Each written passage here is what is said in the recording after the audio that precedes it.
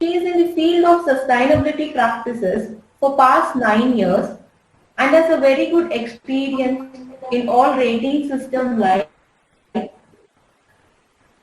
lead building design plus construction, lead interior design plus construction, lead EB operation and maintenance, and lead ARC, well, Griha, IGDC, and she has handled 60 projects of EM3 across the globe. She has gained experiences in working with Indian Green Building Council (IGBC). She has been a professional presenter for Griha Project, case studies for Griha Workshop at CSIR Chennai, organized by Adarsh Griha, and for Green Building India at Mumbai 2020, organized by US Green Building Council. She is also specialized in handling professionals and students in the field of sustainability, which has helped them to handle their team and implement on-site easily. She is a lead accredited professional, building design plus construction, well accredited professional, IGBC accredited professional, true advisor and also Griha trainer and evaluator. Currently, she is being working as a project manager in EM3 Sustainability Solution Private Limited, which is a leading green building consultant. And today she will be sharing a magnificent knowledge on let's know about LEED accredited professional credential. On behalf of PMCA Trichy, we welcome you, ma'am. Thanks for the warm welcome. So here we all are here to learn about LEED AP credentials. So I would like to have this as a more interactive session. So I need some answers as well. So have you ever heard about LEED? What is? There are some categories in it. Okay, what is expansion of LEED? It is leadership in energy and environmental design. Good. So starting with, I think you have a broad idea about the rating systems. So there are different rating systems. Say like if you are buying a product, you will be seeing for if it is an energy efficient appliances, you will be seeing for star rating. Likewise, you have ISO rating for products. Likewise, for buildings, we have different rating systems. What these things basically work on is like there will be a baseline defined by the rating system and your design will be compared with respect to that, and how best you are will be evaluated. So there will be like mandatory things which you have to do and there are things which have points for it. So all together, if you attempt and if you get a certain score, you will be awarded with the different rating levels. So this is the baseline every green building rating systems works upon. So this part of the presentation would be a brief intro about our company and then growing need for green and sustainable buildings. And we also want this session particularly to bring awareness about how important the credentials are. Because like you have a lot of people coming out every batch, and if you want to stand unique and prove your way of doing things, it is better to get all these credentials done so that you stand unique in entire crowd. And there are a lot of green projects coming up and there is no particular resources available who could guide the team in the particular streamline. In general, guidance is always available, but if you see the specialization, there are very few people. So if we pick it up at this stage itself, and if you are interested, you can develop your knowledge in this field and give all these credential examination, which will be your value addition for your career. So here we will explain about who are USGBC, what are USGBC educational programs and benefits of becoming LEED Green Associate. About EN3, our company is formed in California with software development, policy developments related to the environmental and governmental regulatory bodies. And we also have developed, at least visited once, because that's one of the first green building in India. And we have done the initial green building rating, and also after 5 years you have to get it renewed. The next 5 years also we have done it. So it is, for the past 10 years we have associated with them. And then Tata Housing Group of Projects. Titan Office Complex Bangalore, which is both LEED and also Griha LEED Platinum rated and Griha 5-star rated. And even Ascenda's IT Park, which is the best example for existing building which has gone for LEED rating. So these are few of the projects we have dealt with. So growing need for green and sustainable buildings. So overall, why do we need a green building? Why can't it be a conventional building? It is because overall the consumption of energy by buildings is actually more than industries and transportation when you take the overall things. And as we all know, the fossil fuel reduction and the need for renewable sources and passive design strategies are really required to save our earth. So as building professionals, buildings contributes more towards this, and we have all the responsibilities to make it more sustainable and safe environment. If we don't build, that's the best thing to do, but we have a need and we have to build, so we have to find a way to make it more sustainable. Fine. So anyway, you approach. So we need to know all in at least in totality, and we have to do in depth whatever we are dealing with, which is the architectural design part. So to the industry, we have to prove that we also have the capability of delivering a good and sustainable product, and that's where the credential programs come into picture.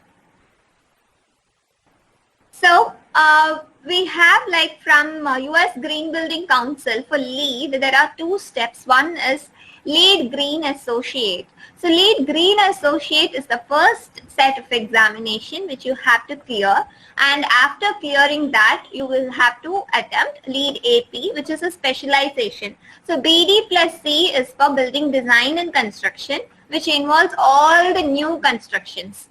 Whatever it is, a school or office or residential development, anything which is built right from scratch, it's called as BD plus C. And LEED AP ID plus C is all about interiors. So building is already built, only you are doing the interior. So if you are interested in credits related to that, you can choose LEED AP ID plus C. Similarly, O&M is for existing building which you are converting to green building. So here comes the second level, which is the LEED AP. So first level is Green Associate, where all your testing on the knowledge part on overall, whether it is an existing or a new or an interior fit out, what all we should do and which will be a mandatory thing and which will contribute to points, all those will be dealt under LEED GA. Fine. So what is green?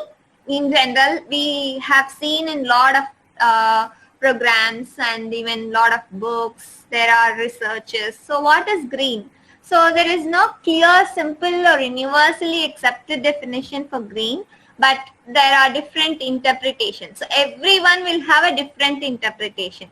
But in totality, whatever you do, finally, if that solution gives you a upgrade to the present generation without compromising the ability of future, then and it meets their own need, then it is a sustainable action. But the thing is, when you do one thing, the emissions or something, the byproduct created from that product should not affect the environment. So always we have to look into holistic approach. So holistic approach. And what is a green building perception? So should it be a traditional bunga hat or a traditional thatched roof, or it should be a concrete structure with solar panel? So what is your opinion? What makes a building green?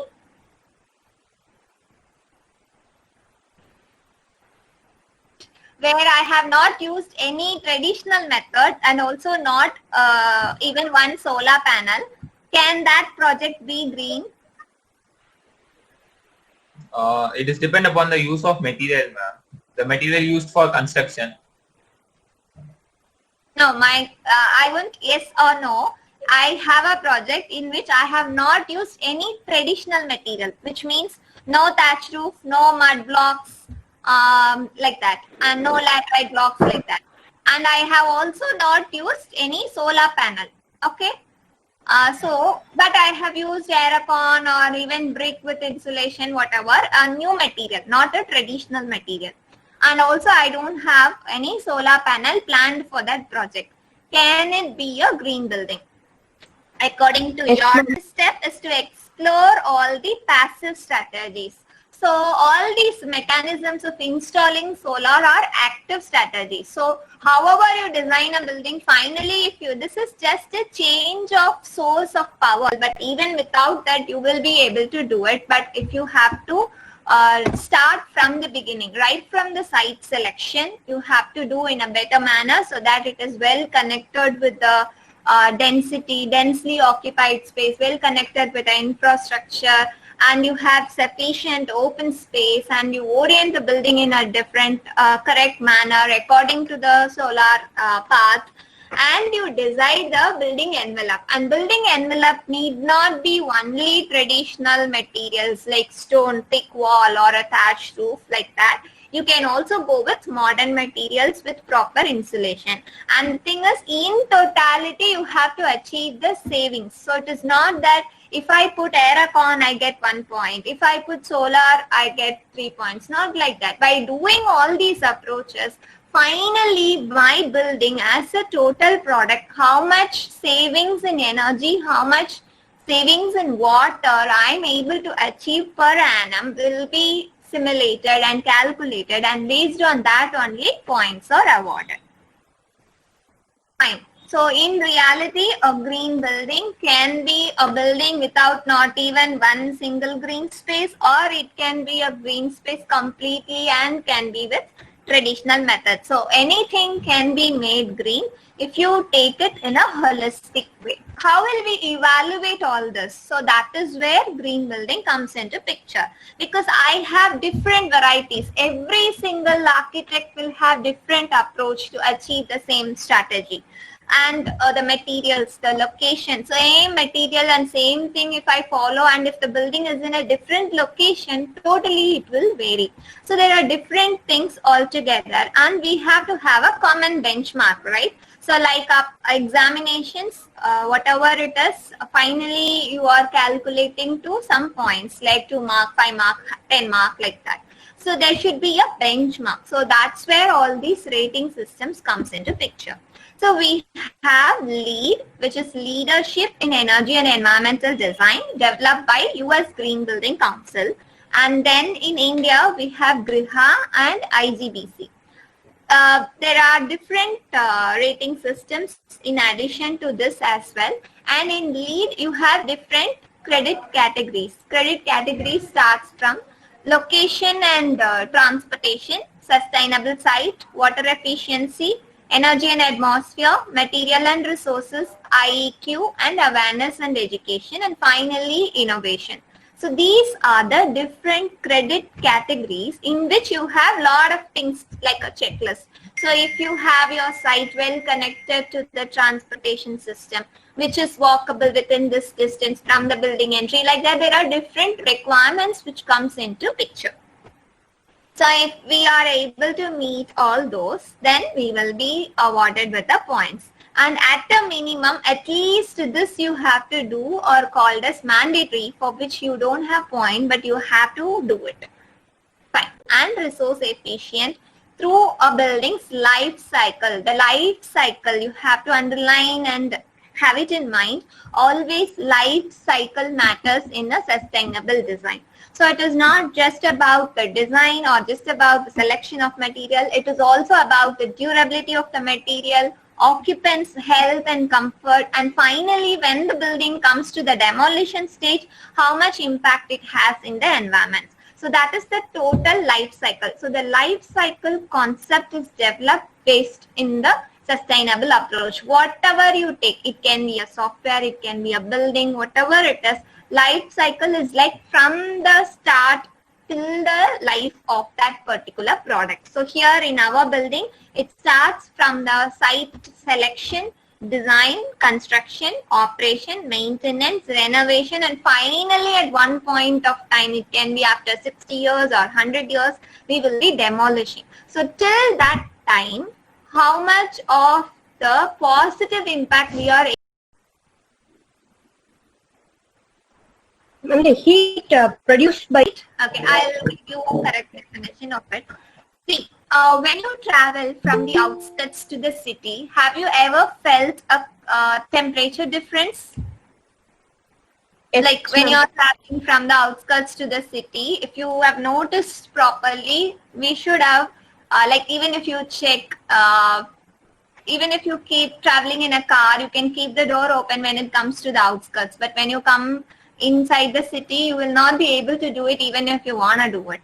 Why? Because all these difference in temperature. So the difference in thermal gradient is called as urban heat island effect. How does it generated? Why the difference is there? From the outskirts, when you see the city, it is all because you have lot of hard surfaces in the city and it is completely packed with roads, buildings and any infrastructure. We have very less open space or garden spaces, and it's okay even if we have a build structure, we need it, so we have it, that's fine. But what material we have used and what is the characteristic of the materials have a great impact in this urban heat island effect. So why does it matter is like if you have a reflective finish, if you have used a very high SRI material, SRI is solar reflective index. So if you use a very high SRI material, it will not be trapped inside. Urban heat island effect is like in the morning hours, the heat is flowing on all your surfaces. It is falling on all your surfaces, which includes all your hardscape, roof of the buildings and everything.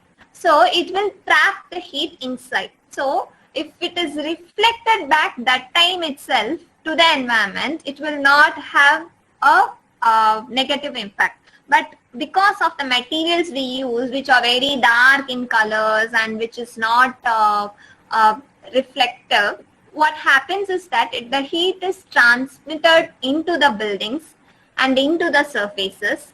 And within the building, we have a lot of occupants, we have equipments. Every occupant generates heat, every equipment generates heat, and we are also absorbing heat from the atmosphere. So all these things combined together and it is contented into a contained environment, which is your building. So if the heat is reflected back right away, it will not have negative impact. But what is happening is like it is trapped inside the buildings and it is getting doubled because of trapping it in the contained environment and because of the occupying up the environment because of the structures what man made. So you make a building but select a material with high SRI materials. So when it comes to the roof, you have different values to be followed. When it is a non-roof, you have different values to be followed, because if it is a non-roof, which is your hardscape structures and things, you also have a glare which needs to be taken care. So that's why you have different values. So all these will be dealt in the standards where when you study for the leader in detail courses, where we have given you like what is the values to be followed and what to be checked, because everyone claims that their product is green. So we should be aware like which is actually green and which can be used in a building to get more benefit, not only for the points, benefit for the environment. And then selection of water efficient fixtures. So how to check a water efficient fixture? So because it's not a cost intensive thing, it is about the selection, because we generally choose as an architect based on only the look and feel. So we also have to get into the details about it, because the look and feel will be the same, only a additional feature of an aerator will be added to the fixture. So if we also know that, then we will be very efficient than a conventional crowd. And daylight strategies, how to minimize the flow plate or add on an AGM or give a daylight window, all the strategies needs to be explored. And interior design features, so the height of the workstations, what kind of partitions you could use, and then the material selections, all will be guided in the thing. And when it comes to the site aspects, we also need to understand what needs to be done at site. So even if you do a completely green design and if they are not meeting the site parameters, you cannot get a green rating things. So it is a combination which we call it as an integrated design. Integrated design is like in every project you have different set of people involved. So it starts from architect, contractor, even the owner, and also feedback from the earlier usages. Like if it is a hospital, you also have to involve the doctors and also the patients and get the feedback from them from the previous experiences and then include in your design. And you have MEP consultant. MEP is mechanical, electrical and plumbing consultants. You have networking guys, you have lighting designers. So all the inputs put together in a sustainable way only can make a holistic sustainable design. And to give or read all those things which they are giving, whether it is right or not, we also have to know something at a minimum so that we can guide it all together in a proper manner and achieve sustainability in totality. So the civil engineer scope of work will be to understand the recommended site measures right from topsoil preservation. You have to monitor the water they are using. They have to segregate the waste at site and they have to select and monitor all the activities, air pollution, water pollution needs to be controlled and tracked. So the building material selection also to be done in combination with the green building consultants. Fine. So locating the best suitable site, macro to micro level. So right from the selection of site is what we have to start with. But if the project is already been selected, site is finalized also we can do. But the best thing is to start from the beginning. So the important aspects to analyze before making a decision is like you have to locate it very close to a public transportation system. We have to find ways to give a bicycle tracking path and things. We can give an electric charging points for the vehicles and things. So likewise, you have a lot of things. This is the urban heat island effect explanatory slide where you could see all these red and yellow are the hotter regions and the blue are the cool regions. So the major heat is from all your buildings and that is where it has been given back to the atmosphere and that creates a temperature gradient of about 10 degrees centigrade. So if it goes on in this way, then the global warming will be keeps on increasing. So at least whatever best we could do in our scope of work, let's do it. So importance of efficient facade design. So the thing is like people generally think whatever you can do, you do and then bring a 5-star AC and put it and then call it as a green building. So actually it is not the way it has to be. We have to design in such a way that you can minimize the loads of track system itself. So the key role played in a sustainable design is by the designer. The MEP people also plays, but the start is starting from the architect. So when we do it efficiently, like if you have a better envelope, the selection of glass, the selection of wall material and the roof material plays a very great role. If it is like two-bedroom houses and all, it's fine, it's manageable. But when it comes to high-rise structures and office buildings and all, a lot of tons of energy or cooling load is the major consumption of all your energy.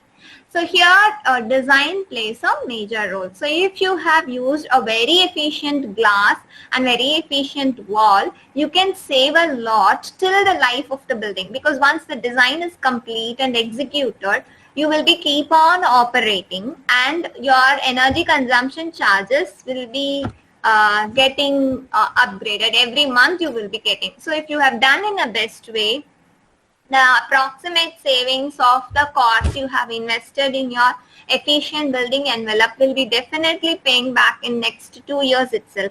And life of the building is commercially.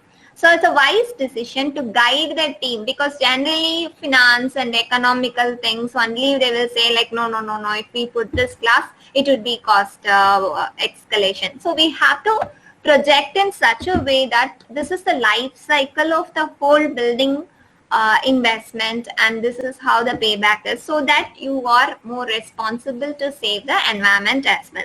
So don't just go by the book or by the thing. We have to get educated with all these aspects, and you can use all these rating systems and tell that option selection of finishers, selection of water fixtures, and also light fixtures. So the light fixtures, when it comes to light fixtures, we have to see where we want it to be illuminated. Don't illuminate everywhere. So select fixtures with better shielded fixtures. Specifically when it comes to the outdoor, most of the areas we will have fixtures which is lighting up everywhere, which is again affecting the night light. So all these things, what is the spec to be asked, spec to be followed, and how much is the mandatory things, all will be given in the rating system.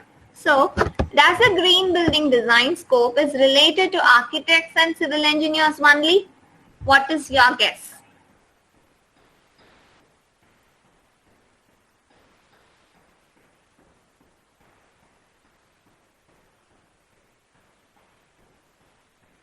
He has also rightly said occupant also plays a major role, because there might be different things done in the building, but no one who is occupying the building will be aware of what is being done in the building. They'll say it's a LEED Gold Platinum or IGBC Gold Platinum, whatever it is, but they don't know what is being done in the project and what is their role in the project. So there comes that awareness which we have to do, which is also part of the green building design. And in addition to architects and civil engineers, as I've already mentioned in the previous slides, MEP designers, lighting consultants, networking guys, everyone has their equal role to play to achieve a sustainable design.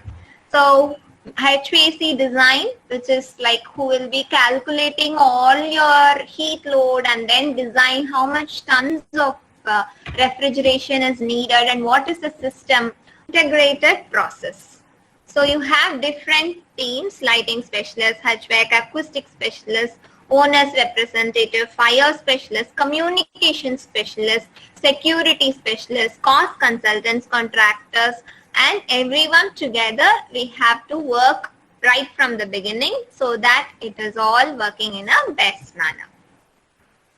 So, and building cannot be complete without efficient building services. So we have to choose energy efficient lighting systems. And one thing, when it comes to the lighting system, people will think everything is LED, so you can get all the points. Not like that. Even if it is an LED, how much watts of energy you are using to light to reach that lux level at your workstation is what is calculated. So you can go with combination of different fixtures, but finally how much you are consuming, because for the same room, if only 2 lights of 24 watts is required, and if you have used 4 lights, then also it is not an efficient design, right? So you have to evaluate and do a study on how many lights are needed. Even if it is LED, you have to do that, and then find out like how much of watts per square foot is used in the project for each and every space, and then only you can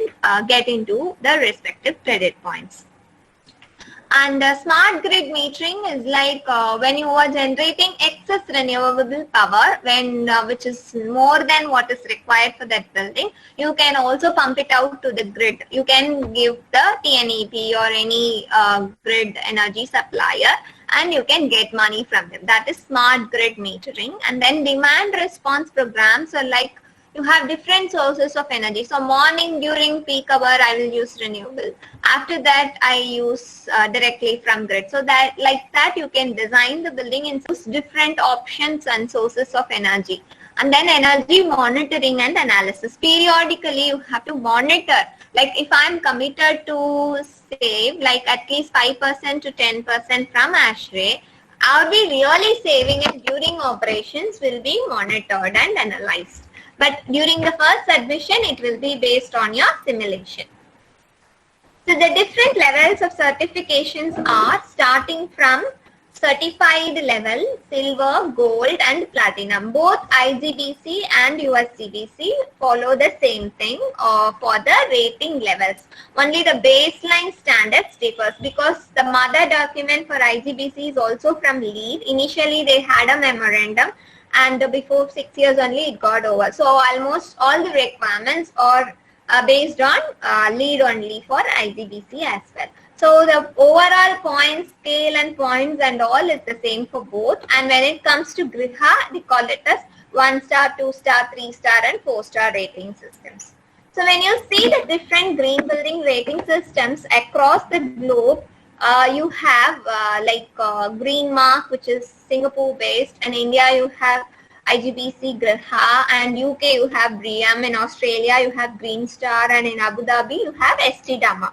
So all these things are in totality, the concept is the same, but the number of points and the importance and the baseline are yourself and clear. But LEED is not like that. If you want to clear the LEED credential, you have to actually prepare well because it is an international exam.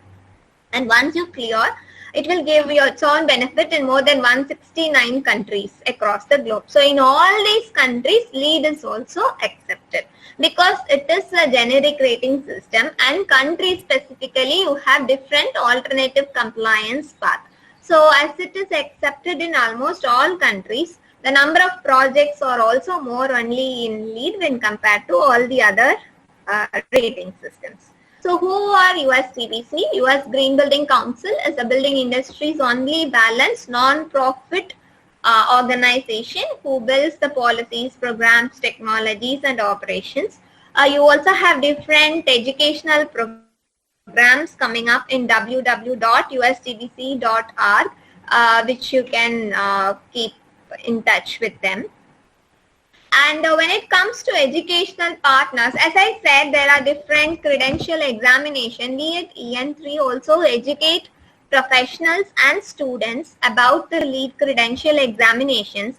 And it is not that anyone can easily take these courses because it should be approved from US Green Building Council, and you should become a partner with educational partner with US Green Building Council. Our materials are evaluated. We are evaluated whether we are qualified to take the LEED space, but whereas the LEED professionals are only 724. So you can see the largest demand of LEED professionals are there, and there is also different green jobs which is coming up in the future. And if you see like past 10 years back, all these designations, no one knows about it. But now, if you see any company, it is not only in architect's office. You get hold with green building consultants, you can get into Wipro, you can get into Google. All the team members, they have a separate inbuilt team itself who will be dealing with sustainability aspects. So whoever has a large portfolio, they have their own sustainability team where they have to take care of the building design and maintenance things related to sustainability. So the employment wardrobe for the green collars has increased over a period of time, and now for in the past 10 years all these roles have come up. So in every MNCs you have chief sustainability officer, energy modeling specialist, EIA specialist, sustainability auditor, EHS manager, sustainability architect, like this. So if you are interested, it will be, if you clear all these things, you will get a better scope. So if you are interested in LEED credentialing, the first step is to clear Green Associate, and next is LEED AP. In the specialization, whatever field you are getting interested into. And the third is LEED AP Fellow, which is like only after 10 years of experience in this field, and if you have done a lot of things to the society, it will be voted, and globally a lot of people will be applying, and if we are selected, we can call it as LEED AP. Our director, Deepa Satyaram, is a LEED AP Fellow in India. And a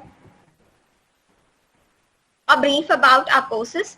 So you will learn about the process to become lead GA, how the exams will be, what are the green building basics, who is USDBC, what is TBCI and what is lead, and what is the mandatory requirement for a lead certification. At a minimum, what needs to be done, and then how to register a project. If you are handling a real-time project, how to register a project, what is the process in it, and the reference standards for everything. So which standard we refer to, which credit, and also few examples of the questions, because the semantics and the English knowledge also matters as it is an international exam. So we will train you with the similar pattern of questions, and all these topics will be covered: locations and transportation, sustainable site, water efficiency, the requirement, the intent, and also an example of a project documentation will be explained during the session. So find out what you need to know successfully, and then very high qualified instructors, because our entire focus is dealing with projects, and this is an add-on which we are doing for the community, because there is very less people who were aware of it. So depending, as we got a lot of requests from the colleges and the professionals, we have started this academic wing of the past 3 years. So in few colleges it has been made as a part of the curriculum itself, and few colleges it is depending on the students' interest. If you are interested, you can tell your faculty, and through them you can approach us. And we can also take you to live case studies if it is possible. And lead GA benefits: by becoming a lead GA, your name will be displayed in the USDBC website, and also you will be given with a number which you can use in all your portfolios, which can be referred by anyone, and successful candidates will be standing out from left. And when you clear green associate, this is the format of certificate which will be issued, and after AP, the right bottom corner is the format of the certificate which will be issued. So we have come to the end. Now we can discuss if you have any questions.